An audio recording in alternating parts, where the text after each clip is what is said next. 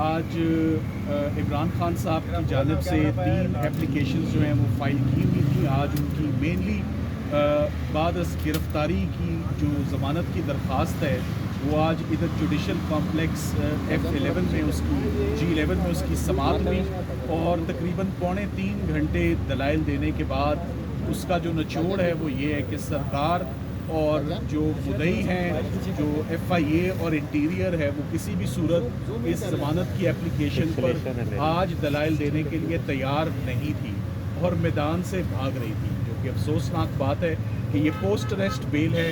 ये मैं आपको बात बताता चलूँ कि ये इमरान खान साहब की पहली पोस्ट अरेस्ट बेल है।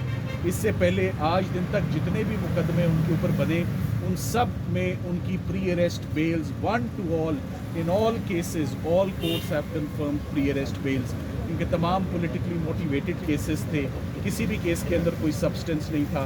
तो आज साइफ़र के मुकदमे में भी तकरीबन 2.5 घंटे दलाइल होते रहे और मेन इस बात पर यह केस एडजर्न हो गया कि आया इस कोर्ट के पास जुरिस्डिक्शन है या नहीं है। एक रिट पिटिशन जो इस्लामाबाद हाई कोर्ट में फ़ाइल हुई थी, कॉन्स्टिट्यूशनल पिटिशन, वो रास्ते में रुकावट बन रही थी, मगर वो बननी नहीं चाहिए थी क्योंकि बेल एप्लीकेशन हमेशा सेपरेट होती हैं और उनकी प्रायोरिटी होती है कि ज़मानत बाद अज़ गिरफ़्तारी जो है वो पहले सुनी जाती है।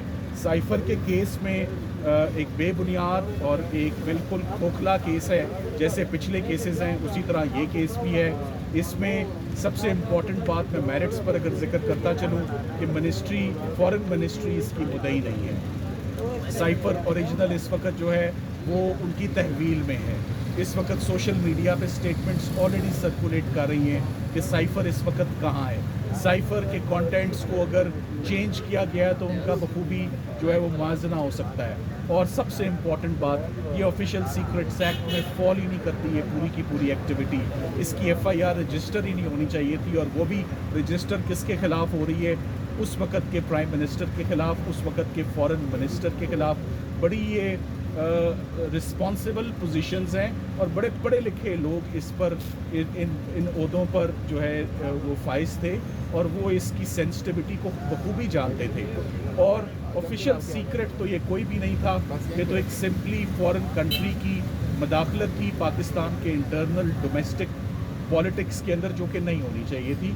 जिसके ऊपर आवाज़ उठाई जाती है वो सुप्रीम कोर्ट भी जाता है, वो मामला डिक्लासीफाई होके और उसको बाकायदा कैबिनेट डिक्लासीफाई करती है और उसके बाद नेशनल सिक्योरिटी काउंसिल के आगे भी इस मामले को रखा जाता है। तो ये पूरे का पूरा केस ये काफ़ी वीक केस है और उसका बेस्ट इंडिकेटर हमें आज की प्रोसीडिंग से आ गया, जब सरकार उस केस को खोलने के लिए ही रजामंद नहीं है और इस बात पर भी इंसिस्टेंट है कि आपके सामने ओपन कोर्ट में, जुडिशल कॉम्प्लेक्स में, बड़ी सिक्योर कोर्ट है। 100 से ज़्यादा मरतबा इमरान खान साहब यहाँ आए, आप सब ने उसकी ऑफ कोर्स फिल्मिंग भी की हुई है और वो नेशनल TV पर भी वो सारी चीज़ जो सर्कुलेट हुई हुई है। सो रिपीटेडली वो यहाँ पर आते रहे, सिक्योरिटी के खदशात बताते गए, मगर कभी कान नहीं धरे गए। और आज अचानक क्लोज डोर्स के अंदर डिस्क्रीटली, क्वाइटली, सीक्रेटली एक ट्रायल को अटक जेल के अंदर कंक्लूड किया जा रहा है। वो क्यों किया जा रहा है? उसकी क्या वजह है? सिक्योरिटी थ्रेट्स, कौन से सिक्योरिटी थ्रेट्स हैं? इस स्टेट की जिम्मेदारी है कि वो हिफाजत से इमरान खान साहब को यहाँ लाएं, प्रोसीडिंग्स हों और वापस ले जाएं।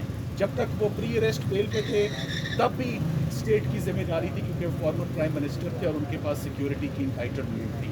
मगर अब जब वो जेल की कस्टडी में है और FIA की अरेस्ट में है, तो ये FIA की इस्तगासे की ये रिस्पॉन्सिबिलिटी बनती है कि वो उनको यहाँ पर लाएँ। हम उम्मीद करते हैं कि मंडे को इस पर बाकायदा समाअत होगी और बेल एप्लीकेशन पर जो एक फ़ैसला है वो आएगा और हम पूरी उम्मीद हैं कि जज साहब जो हैं वो उनकी ज़मानत जो है वो कबूल करेंगे और मंजूर करेंगे। Thank you. ओके, शुक्रिया।